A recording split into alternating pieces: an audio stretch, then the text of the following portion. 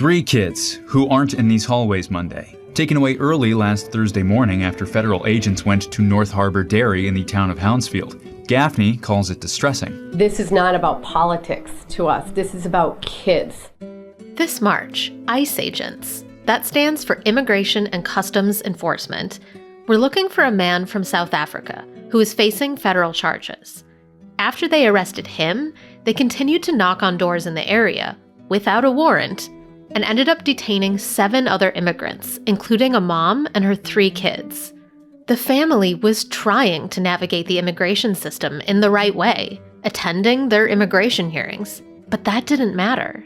The mom and her kids, including a 3rd grader, were arrested and shipped off to the Karnes County Detention Facility in Texas, almost 2,000 miles away. Trump did promise to crack down on immigration during his presidential campaign, but he claimed he was talking about criminals. And on day 1, I will launch the largest deportation program of criminals in American history. We're going to get them out. So why are they arresting children?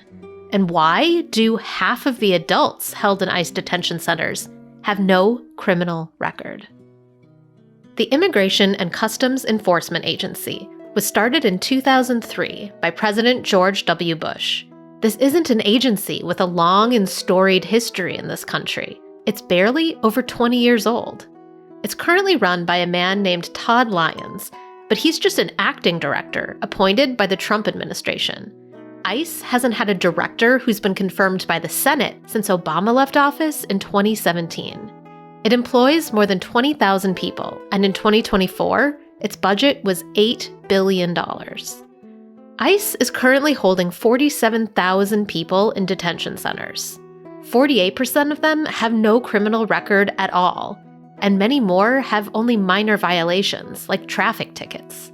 And while arresting a 3rd grader is particularly bad, that family is only one of thousands to be blindsided by ICE.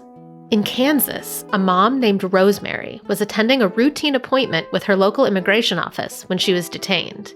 Her children are U.S. citizens, and her husband recently became a citizen as well. He petitioned for Rosemary to get a green card, and they were excited to receive a letter that said she needed to come down for an interview. An hour after they walked into the immigration office together, their daughter Karina says she watched her dad walk back out alone. We keep getting told you should have done it through the right way, the legal way. That's what we were doing. 2 officers detained Karina's mom without any explanation. They took her out the back, put her in an unmarked white van, and drove off. Rosemary is now being held at a detention center 2 hours away. I was so excited to share. For her to be at my graduation, or for her to watch me get married. It's so quiet in our house, and we just miss her voice.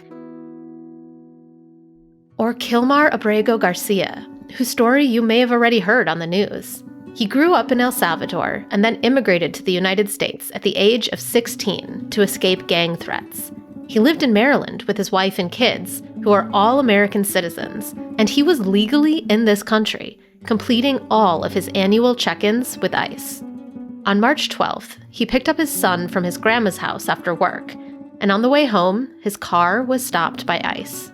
He was arrested, and his wife Jennifer was told she had 10 minutes to pick up their son before he was turned over to Child Protective Services.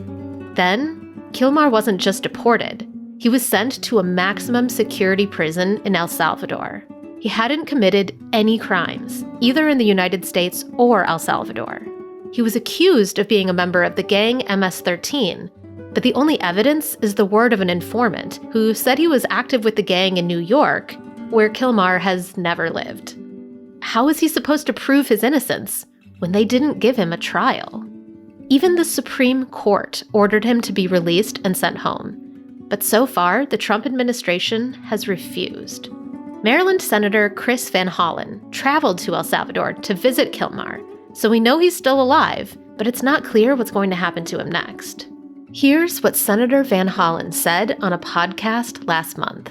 This goes to the heart of protecting people's rights and what bullies do and what authoritarian leaders do and what Donald Trump is doing. is beginning by picking on the most vulnerable and refusing to bring his case in the courts, and when the courts rule, ignoring them. So this is a very important moment to protect everyone's constitutional rights. It's not about one person, it's about all of us. We could go on and on about the thousands of people being detained, deported, and imprisoned without a trial or any criminal record, including other children, like 3 kids from Louisiana who are U.S. citizens, one of whom is a 4-year-old with cancer. The family was deported to Honduras before they could consult with a doctor or even bring his medication. Or Jasmine, a Canadian woman who was at an immigration office to update her work visa, which had been approved months before, when she was suddenly taken to an ICE detention center. She was held in a cell with a concrete floor, along with dozens of other women. Everything in there is made to make you break into a million pieces. I had no idea that this existed for the non-criminals. Like, they would just do the weirdest things. Like, we get placed into these cells that were freezing cold. I'm talking like we'd be on the ground, like huddling, shivering. I'm like, we're going to get hypothermia in here. No blankets, nothing. Just that they would wake you up in the middle of the night. The food was not food. I wouldn't even feed it to a dog. The water was from tap water from our toilets. They give you 1 styrofoam cup and 1 plastic spoon to reuse after every meal. If you go to jail, you're sentenced and you know when you're getting out. In here, you have no idea. And these women haven't seen their husbands. They haven't seen their children. They're losing their jobs. It's just, I honestly could not believe that this is happening. This isn't my story. This is thousands and thousands of women that are placed in these systems that do not have my privilege. And I tell everyone, I had resources. I had a Canadian passport. I had lawyers. I had politicians. I had media. And it still took me almost 2 weeks to get out of there. Can you even imagine what these other women are going through? Eventually, Jasmine was released. And after Senator Van Hollen's visit, Kilmar Garcia was moved to a lower security prison. And the story from the beginning of this episode about the mom and her kids has a happy ending too. After protests by their neighbors, teachers, and even the governor of New York, the family has been released from ICE detention and is back home where they belong. But not every family can rise to the top of the news cycle.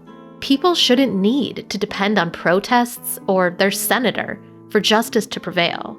The system should be just on its own. So again, we ask the question, why? Why is ICE detaining people who aren't criminals, who are following the legal pathways, and in some cases are actual children? And why are they treating people so inhumanely? Well, there are 2 answers: money and messaging. Immigration was one of Trump's top issues during his presidential campaign. He promised to be tough on immigration, and he is desperate to deliver. In February, he was reportedly angry that more people weren't being deported, and told senior managers that ICE should be arresting at least 1,200 people per day. Are those quotas the reason that so many people are being mistakenly targeted? And then there's the money. Companies like CoreCivic and Geo Group receive government funding based on the number of people they detain, which is why they lobby for stricter immigration policies. And it's big business. In 2024, Geo Group made more than $763 million from ICE contracts. The more prisoners they detain, the more money they make. So why would they want to release people quickly? Why would they want to treat them humanely when it's cheaper to put 30 women in a shared cell with a concrete floor? Is this the America we want? Not according to recent polls. Support for Trump's immigration policies is falling, even amongst MAGA voters. Latino voters are especially concerned, with a recent poll showing that 63% believe that Trump has gone too far. So, what can you do? Aside from calling your representatives to let them know you don't support this cruelty, you can volunteer or donate to local aid organizations. In San Diego, for example, a community patrol reports any evidence of ICE vans in the area so their neighbors can take precautions. In a Nashville suburb, Neighbors formed a human chain to protect a man and his son from ICE. And principals and teachers across the country have been taking a stand against ICE entering their schools. There are ordinary people standing up for justice across the country, and you can be part of the movement. In many cases, you don't have to start from scratch. Just search for organizations that support immigrants in your area. And be sure to talk to everyone you know about this. Many Americans still believe that only dangerous criminals are being deported and imprisoned. Your friends and family should know that ICE isn't just detaining innocent people. They're actually going after children. And without a trial to prove our innocence or citizenship, any one of us could be next. This isn't a partisan issue. It's about values. The tide is already turning against Trump's immigration policies. So let's keep it going.